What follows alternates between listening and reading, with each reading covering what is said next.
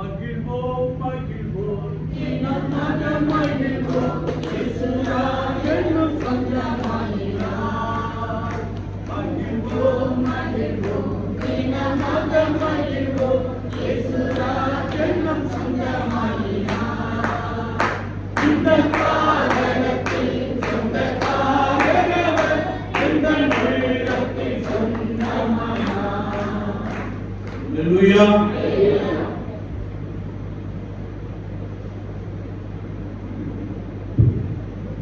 கர்த்தரும் இரட்சகருமான இயேசு கிறிஸ்துவின் இனிய நாமத்தில் உங்கள் அனைவருக்கும் இந்த மாலை நேரத்திலே என்னுடைய வாழ்த்துக்களை தெரிவித்துக் கொள்கிறேன்.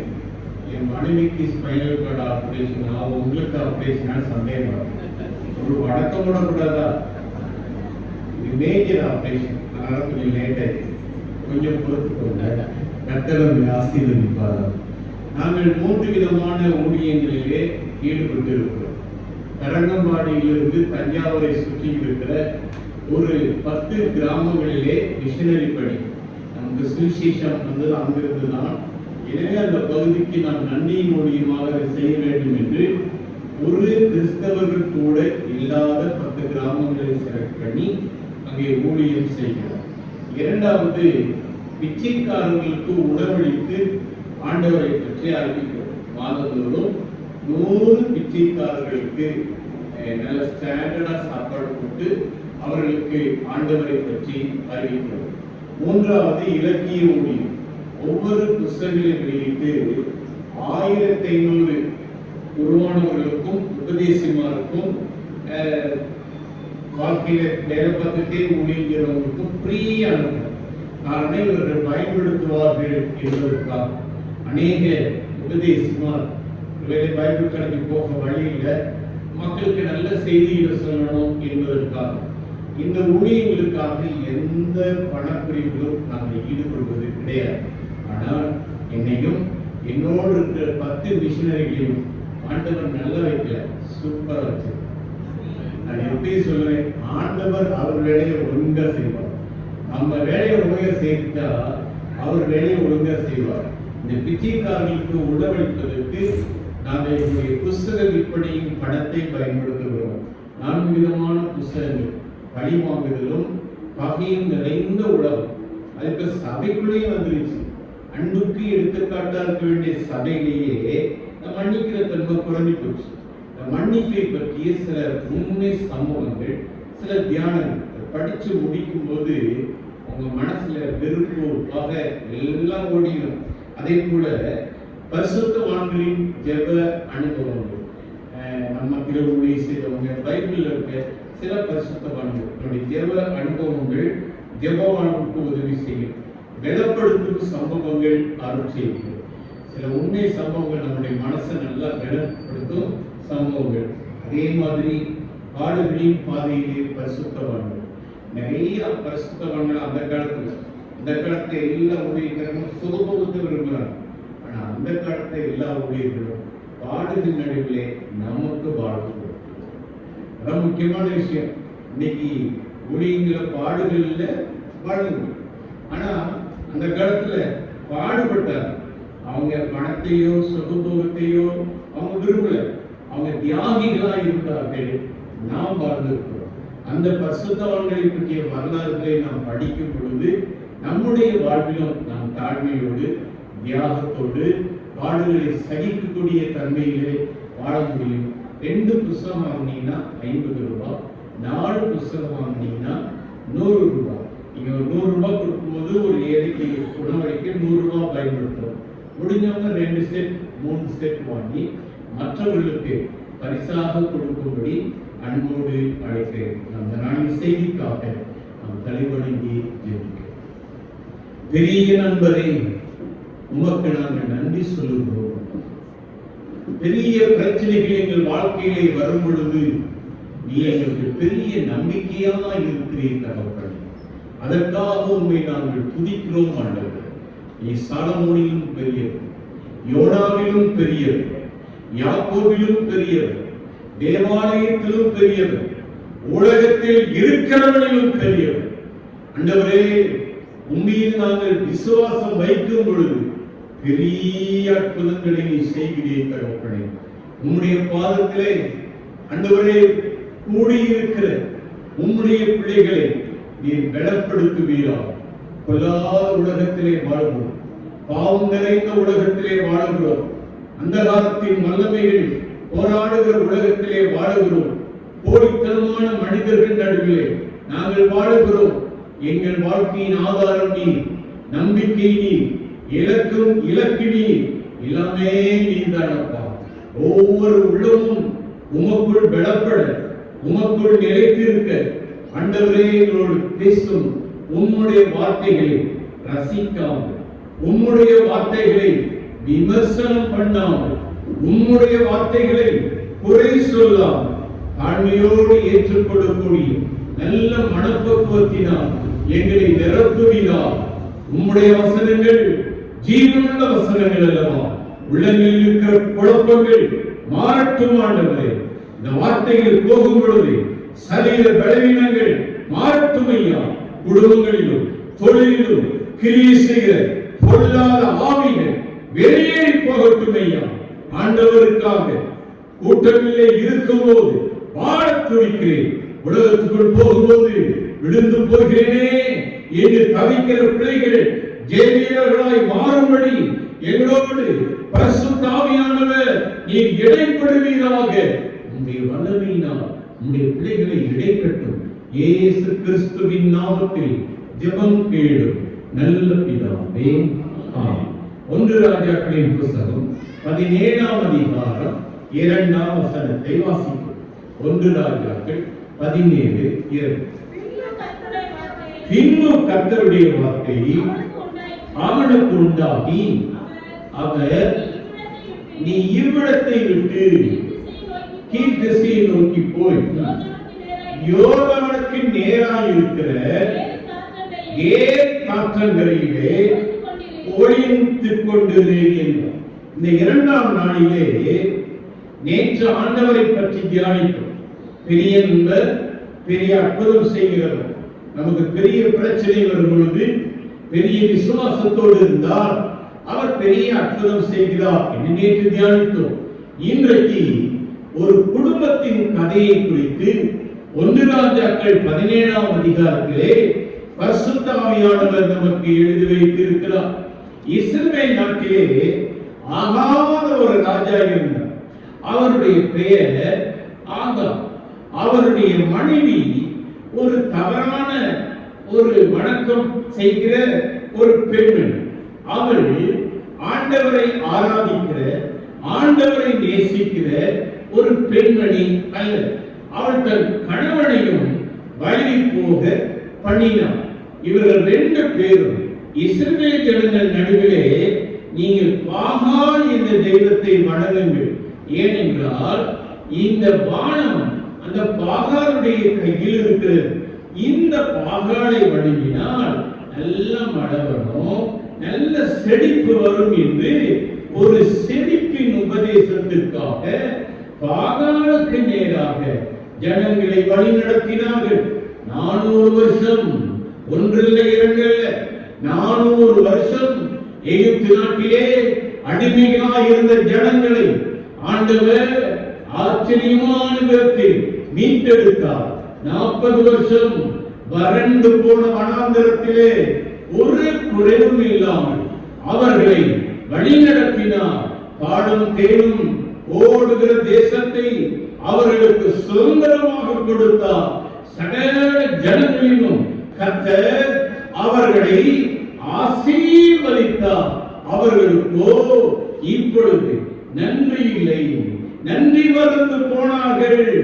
ஆண்டவரை விட்டுவிட்டு அவர்கள் இந்த எசபேல் என்ற பெண்மணி சொன்ன ஒரு பாகாலை வணங்க ஆரம்பித்தார்கள்.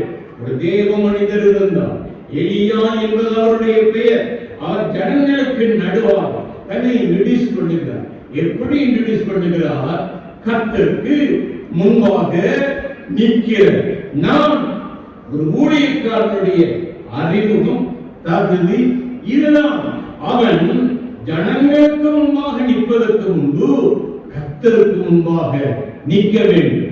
உங்களுக்கு முன்பாக ஒரு ஊழியக்காரன் நிற்பதற்கு முன்பு அவன் தேவனுக்கு முன்பாக நின்று வருவானேயானால் தேவனுடைய வார்த்தைகளோடு வருவான், ஆண்டவருடைய வல்லமையோடு வருவான், ஆண்டவருடைய ஆசீர்வாதத்தோடு வருவான். இந்த எலியா இன்னும் நன்றி இல்லாத இஸ்ரவேல் ஜனங்களை பார்த்து சொன்னார், என்னுடைய வார்த்தை என்று 3.5 வருஷம் இந்த தேசத்திலே மழை வராது என்று சொன்னார். பிரியமானவர்களே, நான் இந்த 40 வருட ஊழியத்தில் அநேக கிராமங்களுக்கு போகும் பொழுது மக்கள் சொல்லுகிற அதிகமான ஒரு ஜெப குறிப்பு என்ன தெரியுமா? எல்லாம் மழை வரட்டும், விவசாயம் நல்லா இருக்கணும், குடிநீர் நல்லா கிடைக்கணும், எல்லாம் மழை வரட்டும். ஆனால் இந்த எலியா சொல்லுகிறான், 3.5 வருஷம் இந்த தேசத்திலே மழை வராது.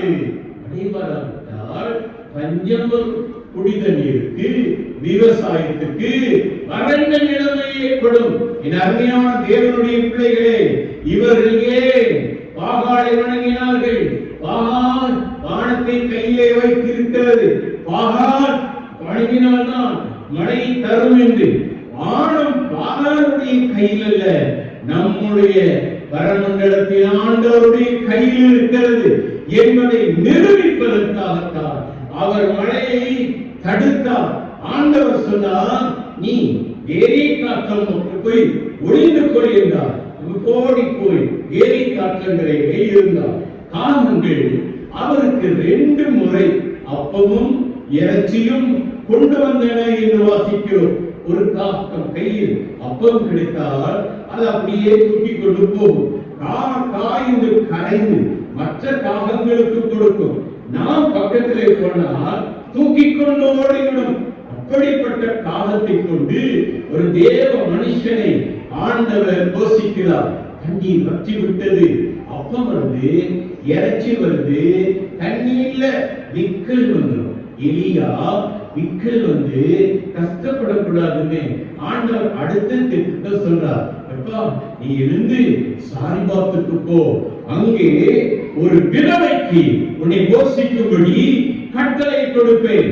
நீ ஏன் நினைச்சிருப்பார், ஒரு பழக்காரமா இருக்கும், அந்த அம்மா விதவை, அந்த அம்மா என்னை ஏற்றுக்கொண்டு என்னை உபசரிப்பாங்கன்னு சாரிபாத்துக்கு போகும்போது ரொம்ப தூரம் நடந்து வந்ததுனால தண்ணீர் தாகம். ஒரு அம்மா விறகு பொறுக்கிட்டு இருக்காங்க.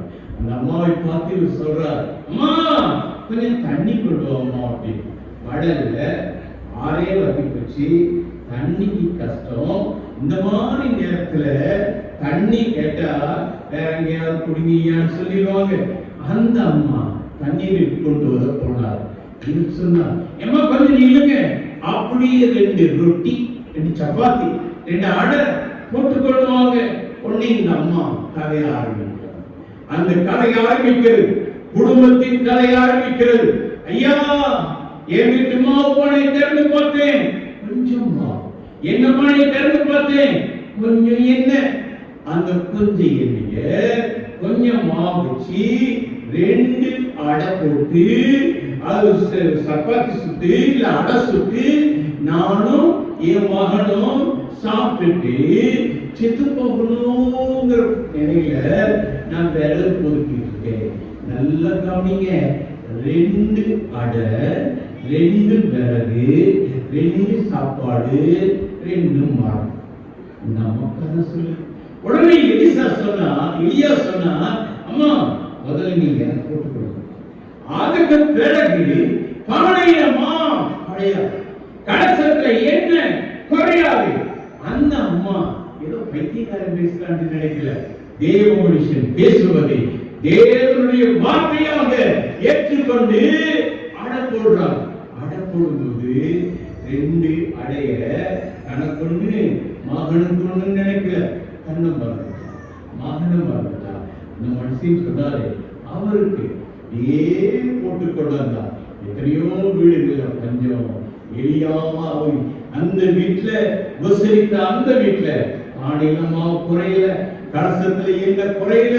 அந்த பெண், ஐயா உங்களுக்கு ரொம்ப நன்றி, ஒரு 10 கிலோ மாவு வச்சுக்கேன், தோத்திரக்கடியா வச்சுக்கோங்க அப்படின்னு கொடுத்தப்பல அவர்கள் அவரை வீட்டிலே வைத்து அந்த பஞ்ச காலம் எல்லாம் ஏற்கனவே ஒரு 3 வருஷம் அவரை போஷித்தார்கள். பிரியமான தேவனுடைய பிள்ளைகளே, அந்த அம்மா நான் வருகிறாங்க, என் மனது சோம்பலையா, அது தேவி சேர்த்தவாங்க, இதே தவாங்க, செத்து போயிட்டனையா. இப்ப ஒரு பெரிய பிரச்சனை வந்துருச்சு. எளிய போனா அந்த அவங்களுக்காக ஜெபித்தா அவன் உயிரோடு இருக்கிறான். இந்த சம்பவத்திலே அந்த பெண்ணுடைய வாழ்க்கையிலே 3 கோணத்திலே நான் பார்க்கிறேன். 1, மரண திட்டத்திலே அந்த குடும்பம். 2, தேவ திட்டத்துக்கு வந்த குடும்பம். 3, தெய்வீக அற்புதத்தை கண்ட குடும்பம். மரண திட்டத்திலே ஒரு குடும்பம், 2 விளக்கு, 2 அடை, 2 சாப்பாடு, 2 பிளேட். அந்த அம்மா மனசுல அப்படிதான் நினைச்சு, நானும் என் மகளும் சாப்பிடுவோம், அடுத்த நேரம் சாப்பிடுறதுக்கு வழியில 2 நாள்ல பட்டினி கிடந்து செத்து போயிடலாம் அப்படின்னு அந்த அம்மா நினைச்சிட்டாங்க.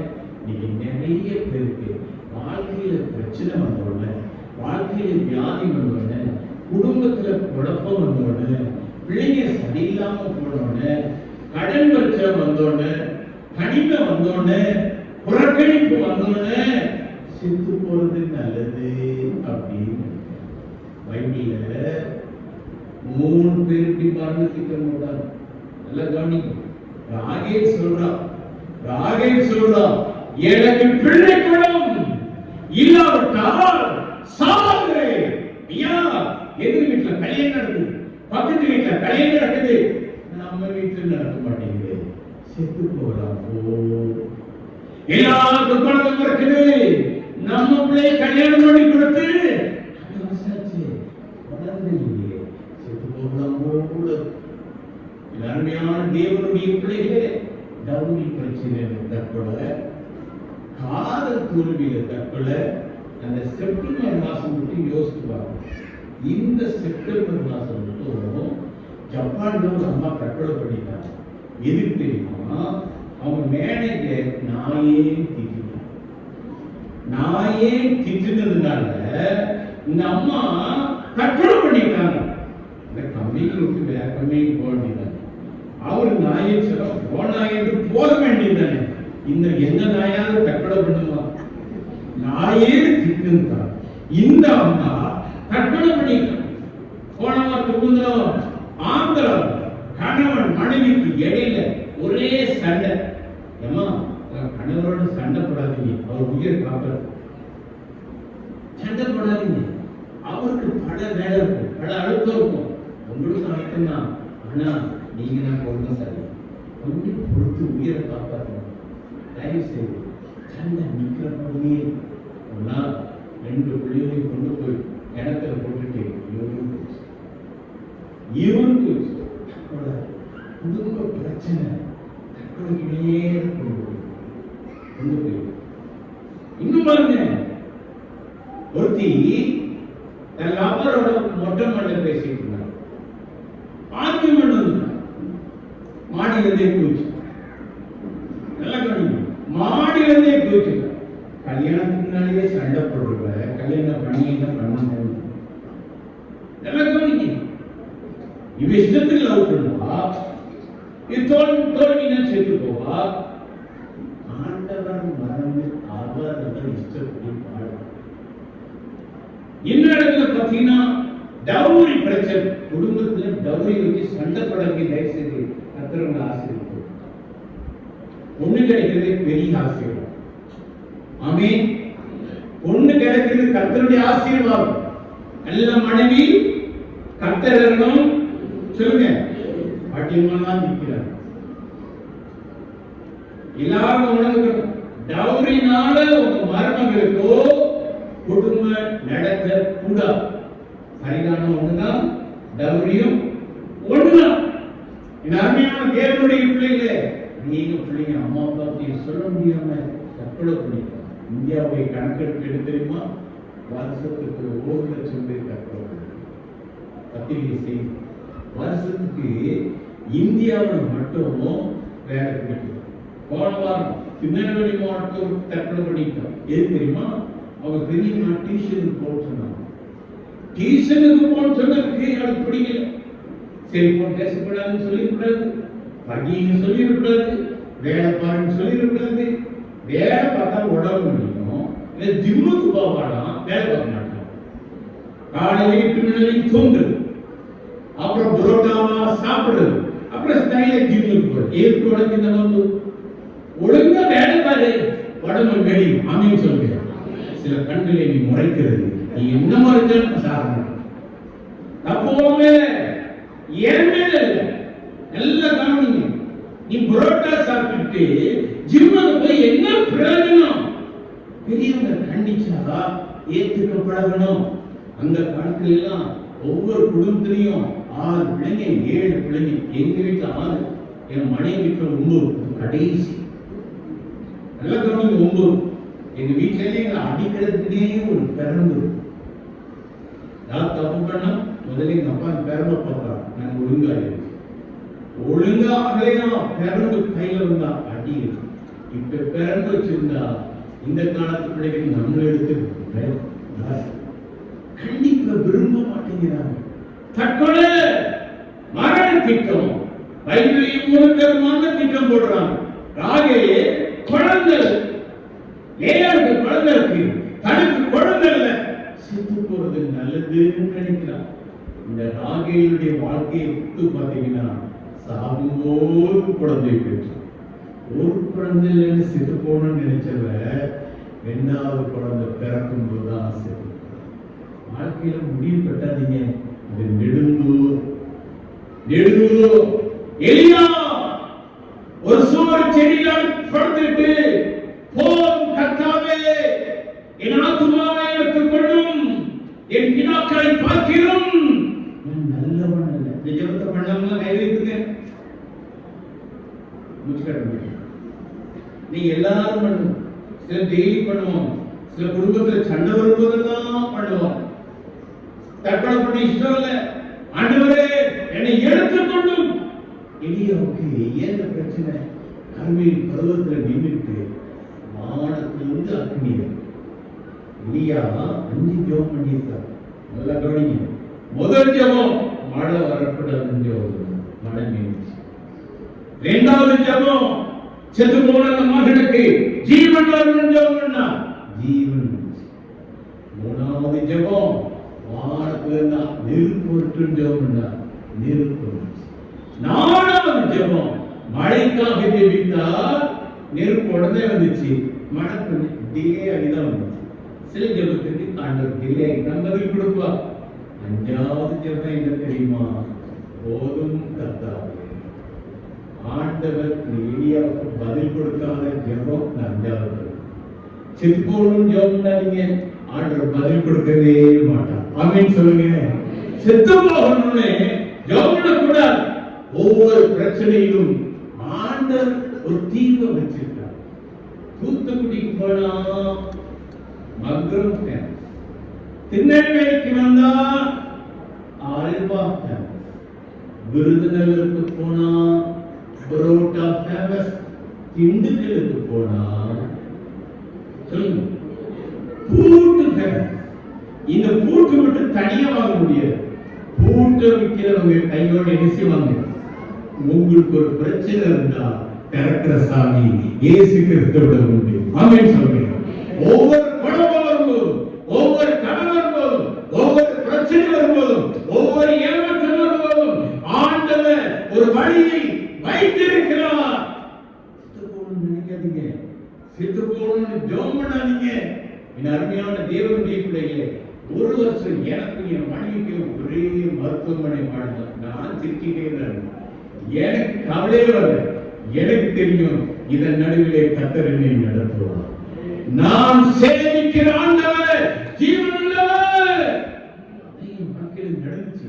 நீ ஒரு நாளும் நம்பிக்கை இழக்காதீங்க. வாழ்க்கையில தைரியமா கர்த்தரை நம்பி செத்து போகணும்னு ஜெபம் பண்ண எலியா கடைசி வரை சாகவே ஆண்டவர் அவரை உயிரோடு பரலோகத்துக்கு எடுத்துக்கொண்டார். அருமையான தேவனுடைய பிள்ளைகளே, நம்முடைய வாழ்க்கையிலே ஒருவேளை நாம் நினைப்பதற்கும் மேலான திட்டங்களை ஆண்டவர் நமக்கு வைத்திருக்கிறார். நம்மளே நினைச்சு செத்து போடும் ஜோம் நடக்கும். பைபிள்ல 2 பேர் தற்கொலை பண்ணிட்டாங்க தெரியுமா உங்களுக்கு? ஒருத்தர் ஐதோப்பேன்னு தாவீதுக்கு ஃப்ரெண்டா இருந்தார். இந்த தாவீது மேல அவருக்கு ஒரு கோபம் வந்து தாவீதை கொல்றதுக்கு ட்ரை பண்ணா, முயற்சி தோற்று போச்சு. தேவ மனுஷனுக்கு விரோதமாய் எழுப்பி பார்த்தா, தேவ மனுஷனுக்கு விரோதமாய் எழுப்பினால் அவனுக்கு தோல்விதான். தோற்க முடியல, தற்கொலை பண்ணிட்டான். இன்னொரு யூதாஸ் காரியோ பாவம் வந்துச்சு. குற்றமில்லாத ரத்தத்தை சரிப்பா நீ உணர்ந்துட்டியே. 3 வருஷம் இயேசு கிறிஸ்துடைய போதனையெல்லாம் கேட்டவனே, இயேசு கிறிஸ்து சிலுவையிலேயே ஒரு கல்லனுக்கு வாழ்வு கொடுத்தாரே, இன்னைக்கு வாழ்வு கொடுத்தா நீ திரும்பி இருக்க கூடாதா? குற்ற உணர்வினாலே செத்து போகணும்னு உட்கார்ந்துருக்கீங்களா? ஆண்டவர்கிட்ட ஜெபம் பண்ணுங்க, ஆண்டவர்கிட்ட ஜெபம் பண்ணுங்க. கொலையும் ஒண்ணுதான், தற்கொலையும். நம்மை நாமே கொலை செய்வது, இது பின்னாடி யார் இருக்கா?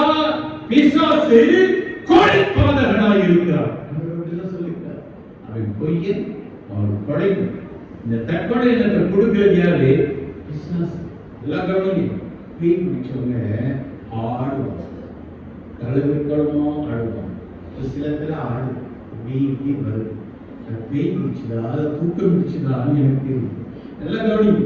பேய் பிடிச்சவங்க ஆடுவாங்க, பேய் பிடிச்சவங்க கண்ணு ஒட்டி இருப்பாங்க, பேய் பிடிச்சவங்க பேசவே மாட்டாங்க, பேய் பிடிச்சவங்க சிலருக்கு தூங்க மாட்டாங்க, ஏதாவது உட்கார்ந்துட்டு இருப்பாங்க.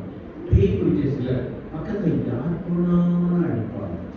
அதே மாதிரி பேய் பிடிச்சவங்க எப்படா சாகனான்னு பார்த்து யாருக்கு இந்த தற்கொலை பேய் பிடிக்க கூடாது. நம்முடைய ஆண்டவருக்கு என்ன பேர் தெரியுமா? ஜீவாதிபதி. அவர் ஜீவனுக்கு அதிபதி. அவர் கொடையே அல்ல, அதுகளுக்காக தன் ஜீவனை கொடுக்க வைக்கிறார். அந்த பெண் மரண திட்டத்தில் பெண்களா தேவ திட்டத்தில் அவர் உடனே சுயநலத்தை பத்தி யோசிக்கிறார். நான் சாப்பிடணும், என் பிள்ளை சாப்பிடணும். நிறைய பேர் ஏந்திரமா தேவ திட்டத்துக்குள்ள வர்றதில்லை, தங்களை பத்தி யோசிக்கிறார். என்னைக்கு உங்களை மறக்கிறீங்களோ அன்னைக்கு தான் நீங்க கிறிஸ்தவர்.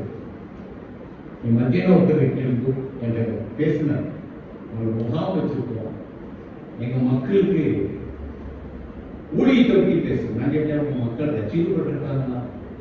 ஒரு நிமிஷம் மௌனமா இருந்து சொன்னார், நல்லா இருக்கேன், தமிழ் பண்ணிருக்காங்களா தெரியும். இதுதான் நிறைய கிறிஸ்தவர்கள் சுயநலத்தோடு இயேசுவை பிடிக்கிறார்களே ஒழிய அந்த சுயத்தை மறந்த வாழ்க்கை. சுயம் அதான் பிரச்சனை. இந்த சுயத்தினாலதான் தேர்தல் சண்டையெல்லாம் கோயில் நடக்குது. அந்த சுயத்தினாலதான் எல்லா தகராறு நடக்குது. அந்த சுயத்தினாலதான் ஒருத்தர் அடிக்க பார்க்கிறோம். அந்த சுயத்தினாலதான் இந்த சுயம் சாதனம். கிறிஸ்தவனுடையவர்கள் தங்கள் ஆசை இச்சைகளை சிறுத்தி அறைந்திருக்கிறார்கள். அந்த பெண் நாங்க மறந்தா 2 அடந்தானே. ஐயோ, கடைசி சாப்பாடு நிம்மதியா சாப்பிடணும் அந்த மனுஷன் கேட்கிறாரே, அவருக்கே கொடுங்கள், அவருக்கே கொடுங்கள். தங்களை ஆண்டவருக்காக இழக்கிறவர்கள் எல்லாவற்றையும் பெற்றுக் கொள்வார்கள், அநேகருக்கு ஆசீர்வாதமாய் இருப்பார்கள். ஆமென். ஆண்டவருக்காக இழப்பதற்கு நீங்க ரெடியா? அவர் 2 அடந்தான் விட்டா எத்தனை வருஷமா சாப்பிட்டா தெரியுமா? ஆண்டவருக்காக விட்டு கொடுக்கிறது, ஆண்டவருடைய திட்டத்துக்குள்ள வர்றது. நீ நிறைய பேருடைய பிரச்சனை அதான். நான் ஊழியத்துக்கு ஒப்பு கொடுத்த காலத்துல நிறைய ஊழியக்காரங்களை பார்த்து நினைச்சுக்கிட்டேன், அவர் மாதிரி ஊழியணும், இவர் மாதிரி ஊழியணும். நான் ஜோபும் போது நான் தியானம் பண்ணேன். தானியேல் அரண்மனையில் இருந்தார், எரேமியா ஜெயிலுக்கு இருந்தார். யார் பெரிய தீர்க்கதரிசி? எரேமியா. நல்லா கவனிங்க, அவர் தான் பெரிய தீர்க்கதரிசிக்கிறோம். ஆண்டவர் சின்ன இடத்திலையும் பயன்படுத்தலாம், பெரிய இடத்திலையும் பயன்படுத்தலாம், ஒவ்வொரு விதமாக பயன்படுத்தலாம். தேவனுடைய திட்டப்படி ஊழியம் செய்வதுதான் சரி. ஆண்டவருடைய ஜோபங்கள், என் சொந்தக்காரங்க, என் நண்பர்கள் ஃபேமஸ் ஆகிறதுக்காக பண வருவாய்க்காக என்னென்னமோ சொல்லுவாங்க. நான் ஆண்டோட சொல்லிட்டேன், என் பண காரியத்தை நீர் பார்த்துக்கணும், நீர் என்ன சொல்றீங்களோ அதை மட்டும் நான் செய்வேன். ஐயா 43 வருஷமா ஆண்டோட ஜெபம் பண்ணி ஆண்டோட முக்கியமா சொன்னது, உனக்கு காலம் கொடுத்துருக்கேன், நீ எழுது. நான் பாட்டுக்கு எழுதுவேன். ஒரு புத்தகம் எழுதுறதுக்கு போதே யாராவது போன் பண்ணுவாங்க, ஏன் உங்களுக்கு புக்குக்கு நான் சப்போர்ட் பண்ணேன், இதுதான் ஆண்டவர் நடத்திட்டு இருக்காரு. அது இப்படி நான் முக்கியத்துவம் கொடுக்க மாட்டேன், நிறைய விநியோகமான முக்கியத்துவம் கொடுப்பேன். ஆண்டவருடைய கிருபையினால 148 புத்தகங்கள் எழுதுவதற்கு கர்த்தர் உதவி செய்வார். இது மனுஷனாலே முடியாது, இது மனுஷனாலே முடியாது. நான் தரக்கும்படி ஆலயத்தை பார்க்கிறேன். தமிழ்நாட்டிலேயே முதல் ஞானஸ்தானம், இந்தியாவிலேயே புரட்டஸ்தான் புரியல முதல் ஞானஸ்தானம் நடந்த சபை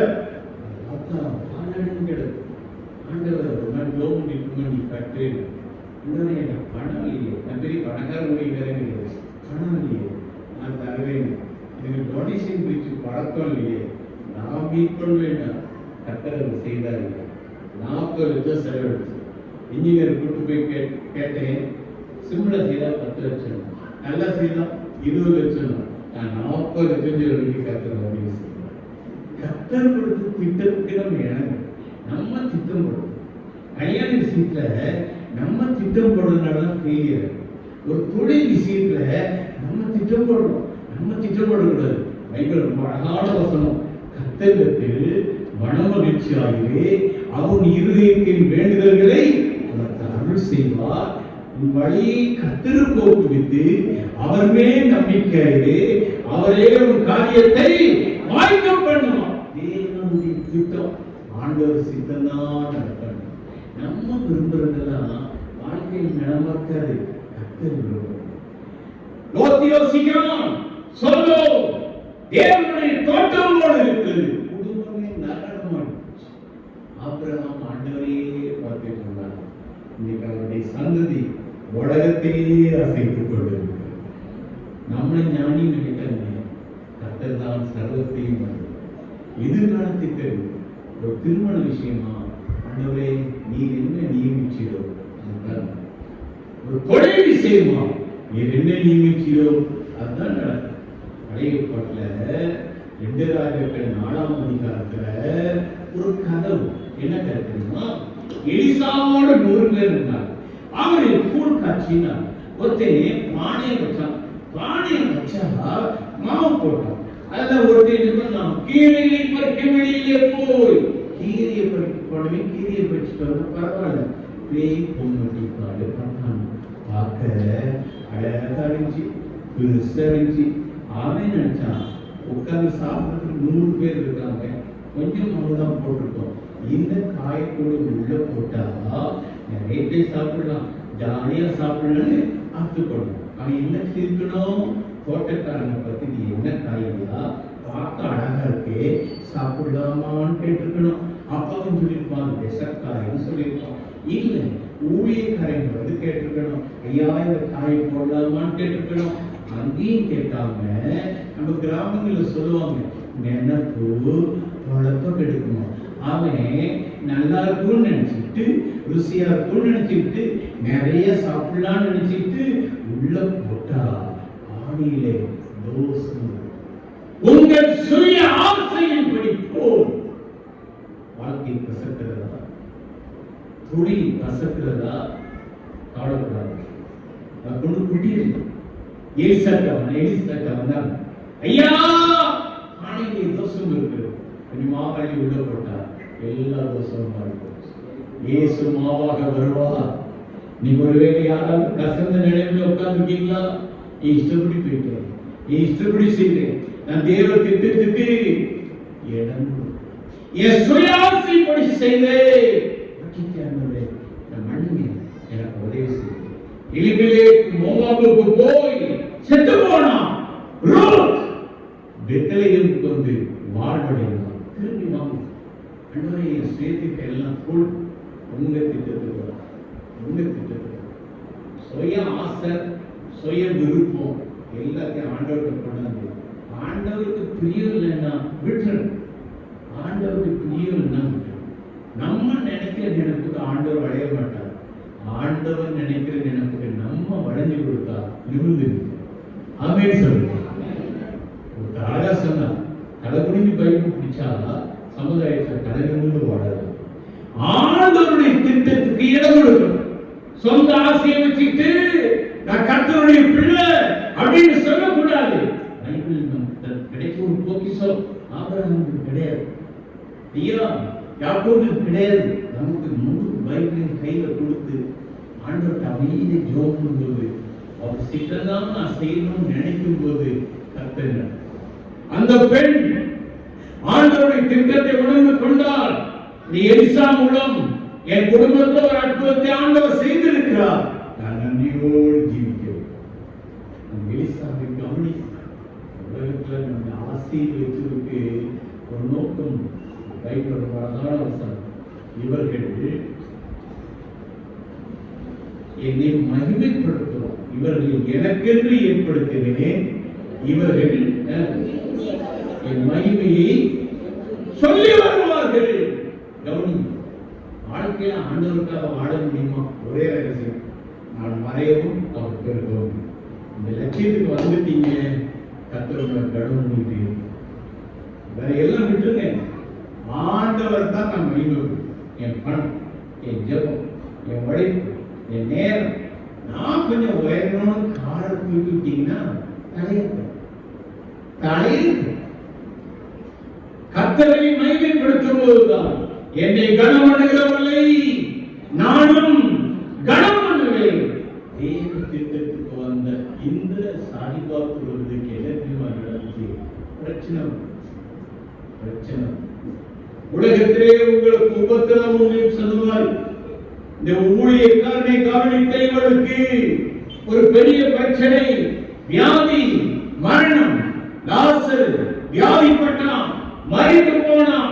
அதே போல இவருடைய மகன் மறுத்துவிட்டான். பெண் நினைக்கிறான், நான் ஏதோ பாவம் செய்திருக்கேன், இந்த தேவ மனுஷன் வந்து அந்த பாவத்துக்கான தண்டனை எனக்கு வரும்படி செய்துட்டாரோட ஒரு சந்தேகம். எலியா அப்படியே கடந்து கொடுக்கிறான். எலியா ஜெபித்தார், கர்த்தர் ஒரு அற்புதத்தை கண்டறிந்தார். என் அருமையான தேவனுடைய பிள்ளைகளே, நேற்று சொன்னதை திரும்பவும் சொல்கிறேன். நீங்கள் கர்த்தருடைய பிள்ளைகளானால் உங்கள் ஒவ்வொரு பிரச்சனையிலும் கர்த்தர் உங்களுக்கு அற்புதம் செய்யும். ஆமென் சொல்லுங்க. நீங்க ஆண்டவருடைய பிள்ளைகளானால் உங்களுக்கு பிரச்சனை வராமல் இருக்காது. பைபிள் வசனம் இருக்கு, தம்மை பற்றி உத்தம இருதயத்தோடு இருக்கிறவர்கள் தம்முடைய வல்லமையை விளங்க பண்ணும்படி கர்த்தருடைய கண்கள் பூமி எங்கும் என்ன செய்யலாம் கொண்டிருக்கிறார். என் பிள்ளைகளுக்கு என்ன அற்புதம் செய்யலாம் அப்படின்னு அவர் பார்த்து கொண்டிருக்கிறார். பிரியமான தேவனுடைய பிள்ளைகளை, இந்த எலியா பரலோகத்துக்கு எடுத்துக்கொள்ளப்படும் போது எலிசா கேட்டார், உங்களை கூட ரெட்டிப்பான வர வேண்டும். எலிசாவை பயன்படுத்தி எத்தனையோ அற்புதத்தை செய்தார். நல்லா கவனிக்கிறீங்க, நல்லா கவனிக்கிறீங்க. 2 நாட்கள் 4ஆம் அதிகாரத்துல அவர் செய்த 4 அற்புதங்கள் சொல்லப்படுது. ஒரு ஸ்திரீ வர்றா, எலிசா வாரா, ஐயா என் கணவர் இறந்து போயிட்டார். அந்த கணவர் யாரு? அவர் ஒரு தீர்க்கதரிசி. தீர்க்கதரிசியாகிய என் கணவர் இறந்து போனா. சும்மா போகலையா, கடன் வச்சு கடனை அடைக்க எனக்கு வழி. கடன் கொடுக்க வேண்டியது நாடு நிறுத்தம். ஒண்ணு கடன் முடியாது, 2வது கடன் வச்சுட்டு போயிட்டார், 2வது, 3வது கடன் அடைக்க வழி இல்லை, 3வது, 4வது இருக்கும் கடன் கொடுத்தவன் இருக்கிறான். அவளுக்கு ஒரு நம்பிக்கை இருக்குது, பரலோகம் எப்பொழுதுமே திறந்திருக்கிறது. 4 பக்கம் உங்க வாசல் நடந்திருக்கலாம், பரலோகத்தின் வாசல் யாரும் அடைக்க முடியாது. எலிசா கேட்டா, உங்க என்னம்மா நல்ல பதில் சொன்ன பாருங்க. கொஞ்சம் என்ன இருக்கு சமையல், நிறைய பேர் கஷ்டம்னு வருவாங்க. உங்ககிட்ட என்ன இருக்கு கேட்டா ஒண்ணுமே இல்லைன்னு சொல்லுவாங்க. கடைசியிலே உங்களுக்கு ஒண்ணுமே இருக்கு. மனுஷன் தவிர்க்க வேண்டிய வார்த்தை என்ன தெரியுமா? இல்லைன்னு சொல்றது தவறு. இல்லாதவனிடத்திலிருந்து உள்ளது இருக்கு.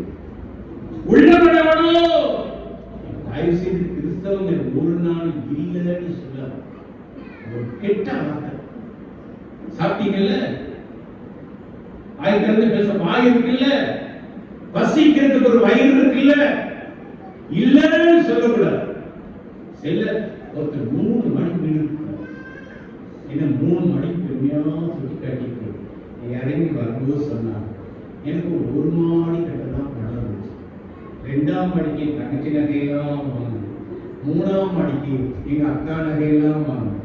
நான் சொன்னேன், நான் ஊழியக்காரன், டொனேஷன் கேட்பேன், பயப்படாதுங்க, நீங்க ஒரு மாடியோடு நிப்பாட்டிக்கலாம், எது கடன் பட்டு 3 மாடி கட்டினீங்க, என்ன ஆசீர்வாதம் இருக்குன்னு இல்ல, கடன் இல்லைன்னு தைரியமா சொல்லுங்க, தப்பு இல்ல. கொடுக்க வேண்டாம் நிறைய பேர் ஏமாத்தி வாங்குவாங்க, நோ, தைரியமா சொல்லுங்க, ஏழைகளுக்கு தாராளம் செய்யுங்க. ஆனா ஆண்டவர் உங்களை ஆசீர்வதிக்கும் போது எப்போ பார்த்தாலும் பஞ்ச பார்த்து பாடினீங்கன்னா வார்த்தையின்படியே உனக்கு கர்த்தரின் ஆசீர்வதிக்கிறா, என் பிள்ளைகளை போஷிக்கிறா, உங்களுக்கு கொடுக்கிறாருக்கு இல்லைன்னு சொல்லுங்க, என் சேலத்துக்கு சொல்லுங்க. அதை விட்டு எப்போ பார்த்தாலும் இல்ல இல்ல இல்ல. ஒரு கல்யாண வீட்டுல பார்த்து இல்லைன்னு சொல்ல முடியுமா? நிறைய பேர் புரியும். நல்ல கவனிங்க, கெட்ட வார்த்தை கிறிஸ்தவங்க இந்த வார்த்தையை சொல்லவே கூடாது. நான் ஒரு காலம் 43 வருஷத்துல இல்லைன்னு சொல்லவே கிடையாது. இனி ஆண்டவர் உள்ளவனாகவே எனக்கு நிறைய பணக்கார ஃப்ரெண்ட்ஸ் தான், ஒருத்தட்டே நான் டொனேஷன் கேட்கவே இல்லை. அவங்களே கேட்பாங்க, நான் எனக்கு ஆண்டவர் இருக்கிறார், எனக்கு ஆண்டவர் இருக்கிறார், ஆண்டவர் தான் இந்த ஊழியத்துக்கு அழைத்தவர், பாராட்டுகிறார்.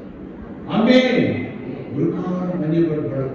ஊழியக்காரர்களாக இருந்தாலும் சரி, யாரா இருந்தாலும் சரி, பஞ்ச பாட்டு பாடவே கூடாது. அந்த பெண் அழகாக சொல்றாங்க, கொஞ்சம் என்ன இருக்கு எலிசா அதை வச்சு நிறைய பக்கத்து வீட்டுல போய் பெருமா தொலைல வாங்கினா நம்ம வாங்கினாங்க. அவங்க ஒவ்வொரு விஷயத்தையும் பாத்திரம் கேட்க இதெல்லாம் கொடுத்தாங்க. ஏன் தெரியுமா? இந்த அம்மா பாத்திரம் கொடுத்தா ஒழுங்கா வந்துடும் நம்பிக்கை உங்களுக்கு. நீங்க போகணும், நீங்க நைட்டு போன வசனத்துக்கு வந்து பாத்திரம்லாம் திரும்பி போயிட்டான்னு பார்க்கணும். இல்லைன்னா கொடுத்துட்டு தான் நாளைக்கு வர ஆமீன் சொல்லுங்க. யார் ஆமீன் சொல்றாங்க? பாத்திரம் கொடுக்காதீங்கன்னா ஆமீன் சொல்லுங்க.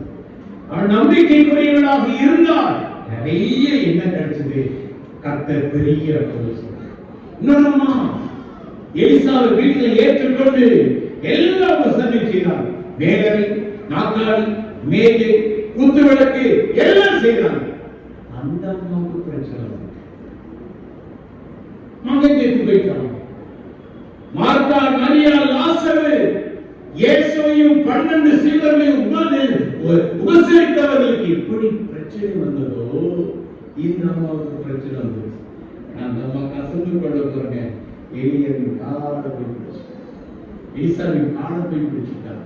எலிசா வந்தார், ஜெபம் பண்ணார், சித்தனை உயிரோடு. நாங்கள் அம்மா வரலாறு படிக்கும் போதெல்லாம் படிப்போம். என்ன தெரியுமா? அந்த அம்மா எலிசாவுக்கு கவனிச்சாங்க. ஆண்டு என்னெல்லாம் செய்தாங்க. பிள்ளையை கொடுத்தார், எலிசா வாக்கு கொடுத்தார், ஒரு ஆண் குழந்தையை கொடுத்தார், சித்துக்கு 9 உயிர் கொடுத்தார், பஞ்சகாலத்தை கொடுத்த அறிவிப்பு கொடுத்தார். 7 வருஷம் போயிட்டு திரும்பி வரும்போது இழந்த நேரத்தை மீட்டு கொடுத்தார். 7 வருஷம் எவ்வளவு பணம் கிடைக்குமோ அவ்வளவையும் வாங்கி கொடுத்தார். நீ ஆண்டவருக்காக பிரயாசப்படும் போது ஆண்டவர்களுடைய வாழ்க்கையில பெரிய அற்புதங்களை செய்யும். அடுத்த அற்புதம் தான் இந்த பானையில் நடந்தார். ஊழியக்காரர்களுக்கு தான் சாப்பாடு. அங்கு தெரியாம செய்த ரொம்ப கசப்பு. ஆனா அந்த கசப்பை மாற்றி ஒரு அற்புதம் செய்யும். இன்னைக்கு ராத்திரி நீங்க கடன் பிரச்சனையில் இருக்கீங்க, அற்புதம் செய்யும். இன்னைக்கு ராத்திரி அந்த பிள்ளை செத்தோன்னு ஒரு பெரிய ஏமாற்றம் வந்துச்சு. உறவுகளில் ஏமாற்றம். எனக்கும் என் மனைவிக்கு ஒத்து போக ஒரே ஏமாற்றம். எனக்கும் என் பிள்ளைகளுக்கு ஒத்து போக மாட்டேங்குது, ஒரே ஏமாற்றம். இன்னைக்கு ராத்திரி ஏமாற்ற பிரச்சனைகளை கற்றுவதாக பிரியமான தேவனுடைய பிள்ளைகளை வாழ்க்கை கசப்பு. ஒரு பானையில் கசப்பு இந்த மாதிரி நம்ம வாழ்க்கையெல்லாம் கசந்து கிடக்க ஆண்டவர் சொல்லுங்க, நான் உங்க திட்டப்படி செய்யணும். ஏன் திட்டப்படி செய்யணும்? என் வாழ்க்கையில ஒரு அற்புதத்தை செய்யணும். ஒன்று தெரியுமா? நம்முடைய ஆண்டவர் நம்முடைய பாவங்களுக்கு தக்கதாக சனி கட்டாமல் ஆண்டவர்கிட்ட என்னை மன்னிச்சு என் பொருளாதாரத்தோட ஆசீர்வாதத்தை வெளிப்படுத்து. என் பிள்ளை செத்துக்கணும் மனசுக்கு ஏமாற்றம் எனக்கு இருக்கு, எனக்கு ஏமாற்றத்துக்கு விடுதலை தாங்க, கசப்பிலிருந்து விடுதலை தாங்கன்னு 3 காரியத்துக்காக எல்லாரும் போராடி ஜெபிக்கிறோம். அதுக்கு முன்னாடி அந்த மன்னிங்க அவங்க திட்டத்துக்கு வரல, இன்னைக்கு உங்க திட்டத்துக்கு வரல, என் பாவத்தை மன்னிப்பு எனக்காக இறங்க அப்படின்னு சொல்லி தேவ சமூகத்தில் எல்லாரும் தலைவடைகிறார்.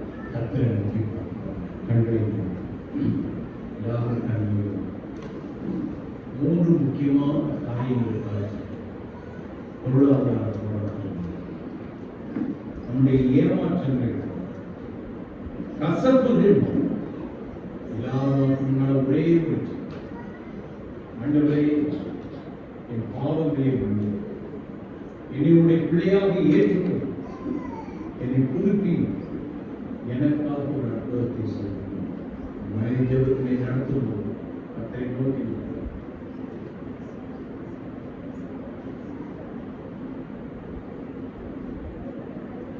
எல்லாரும் தேவனுடைய சமூகத்திலே ஒருமனமாய் அவரை நோக்கி பார்ப்போம்.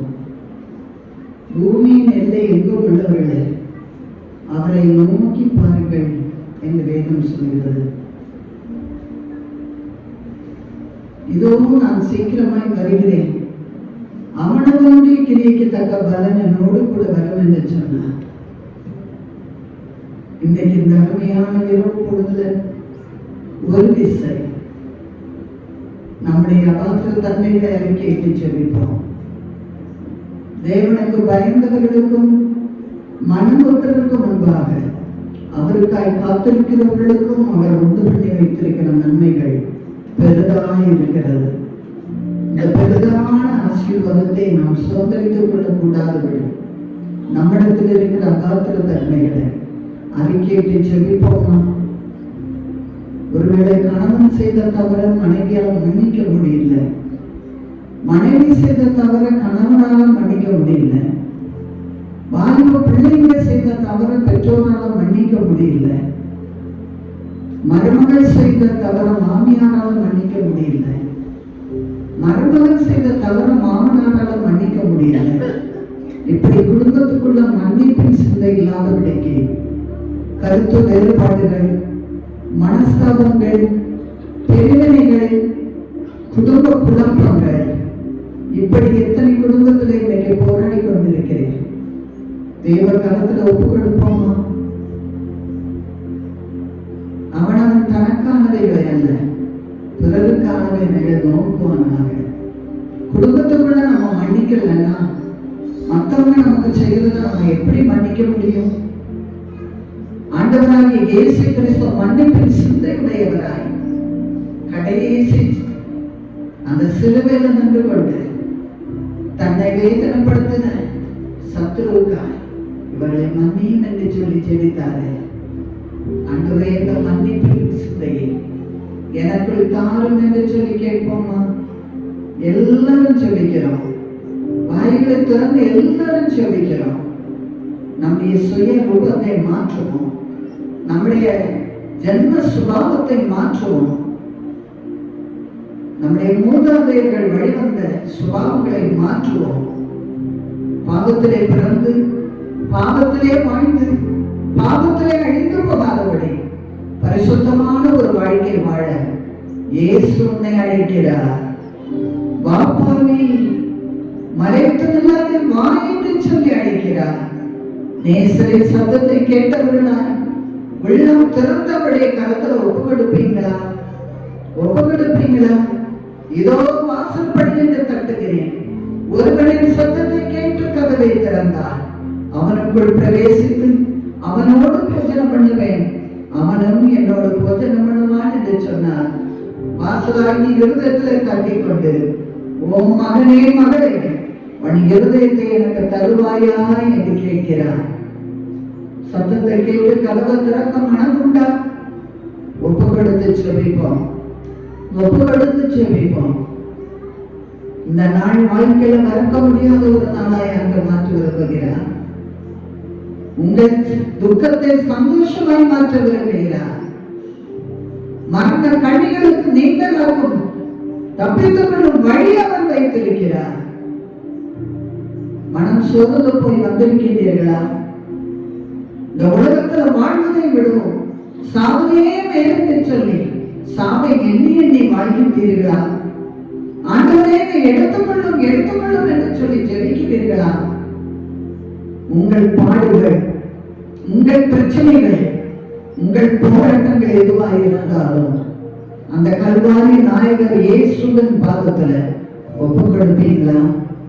வருத்தப்பட்டு வாரம் சுமக்கிறவர்கள் நீங்கள் எல்லாரும் என்னென்றே பாருங்கள், உங்களுக்கு நான் இளைப்பாறுதலை தருவேன் என்று சொன்னாரே. நீங்க சுமக்க வேண்டிய அவசியம் இல்லை. அவர் பாதத்தில் ஒப்புக் கொடுங்க.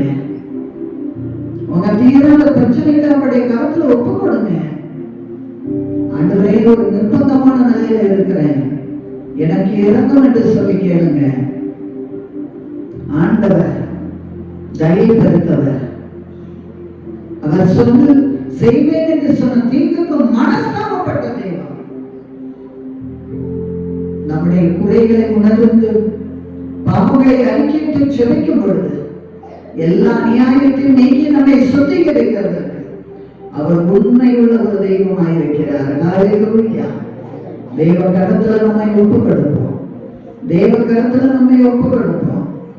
கடன் பிரச்சனைகளோடு ஒருவேளை நம்முடைய சுய ஆசைகளினால, சுய வாழ்க்கையினால, நம்முடைய வருமானத்தை நாம் பாராதபடிக்கு ஆடம்பர வாழ்க்கையை வாழ்ந்ததுனால கடன் வந்துச்சா? இல்ல திடீரென்று குடும்பத்துல ஒரு புயல், கொடிய ஒரு வியாதி, கொடிய ஒரு நஷ்டம், எதிர்பாராத ஒரு ஆபத்து வந்தது நினைத்தும் உங்கள் பணங்கள் செலவழிந்து நீங்கள் வாழ்வதற்காக கடன் வாங்கி இருக்கிறீர்களா? உங்க கடன் எப்படி வந்துச்சுன்னு சொல்லி இப்ப யோசிச்சு பார்க்கிறீங்களா? என்னுடைய சுயத்தினால வந்துச்சா, இல்ல என்னுடைய பலவீனத்தினால வந்துச்சா? ஆண்டவருடைய கருத்துல ஒப்புக் கொடுங்க. உங்களுக்கு ஒவ்வொரு மாதம் வருகின்ற வருமானம் துச்சமான ஒரு சின்ன அமௌண்டா இருக்கலாம், வாழ்வதற்கு ஏற்ற விதமா இல்லாமல் இருக்கலாம். ஆனா இதை வச்சு நான் எப்படி வாழ போகிறேன்? ஒரு மாதத்தை நான் எப்படி சமாளிக்க போறேன்?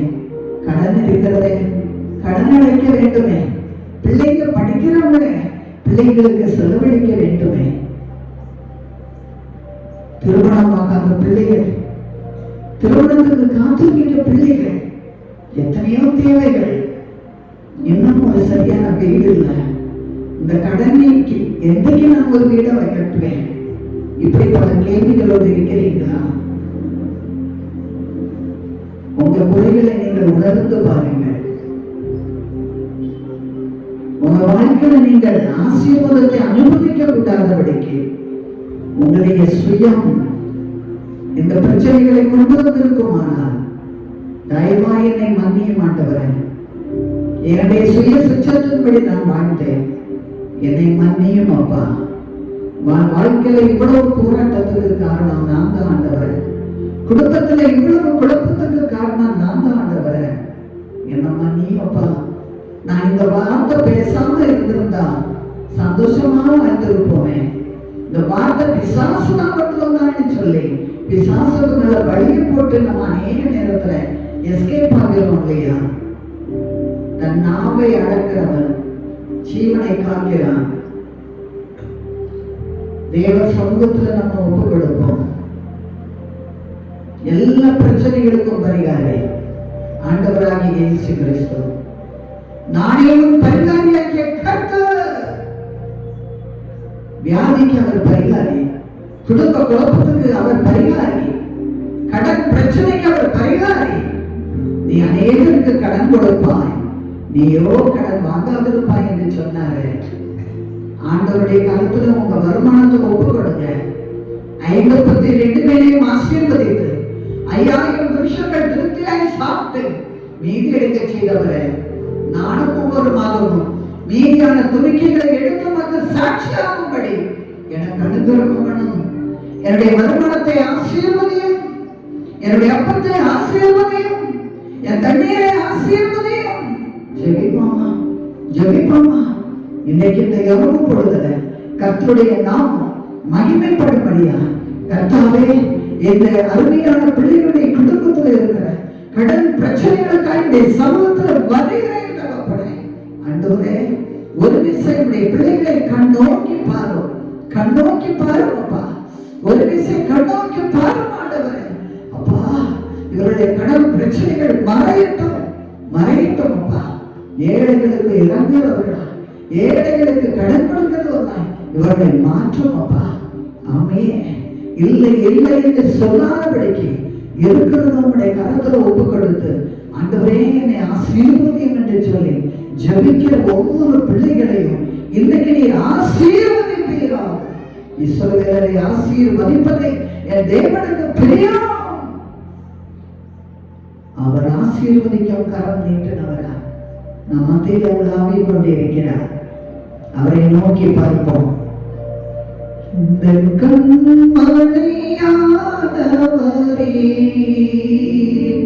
என்னை காக்கும் தெய்வம் நீரே,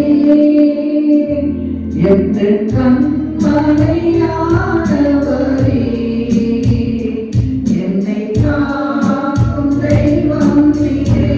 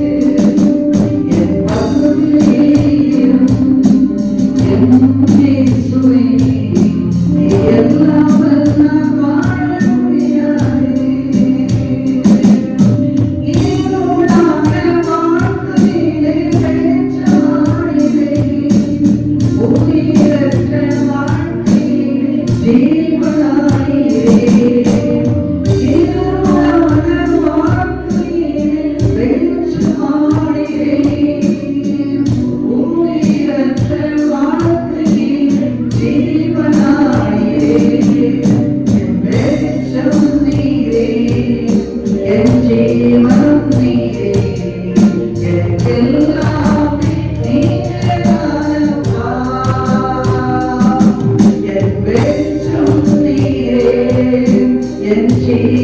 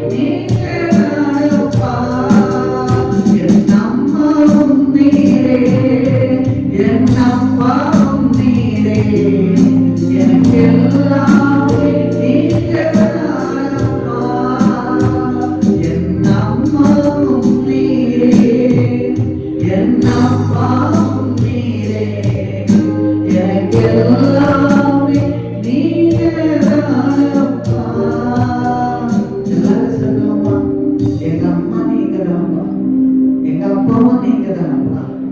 ஒரு அம்மா தேய்ப்பது போல, ஒரு அப்பன் சுமப்பது போல நான் உங்களை சுமப்பேன் என்று சொன்னாரே, சுமப்பேன் என்று சொன்னாரே. உன்னை தாக்குவேன், உன்னை ஏற்புவேன், உன்னை தப்புவேன் என்று சொன்னாரே. அவர் இம்மட்டும் தம்பினார் அல்லவா, இம்மட்டும் ஏந்தினார் அல்லவா, இம்மட்டும் தப்பியிருந்தார் அல்லவா. இந்த தேவன் நம்முடைய தேவன், அவர் நம்மை மறுபடியும் நடத்துவார். ஹல்லேலூயா, ஹல்லேலூயா. இன்றைக்கு இந்த அருமையான சபை நேரத்துல இந்த மைதானத்தில் கூடி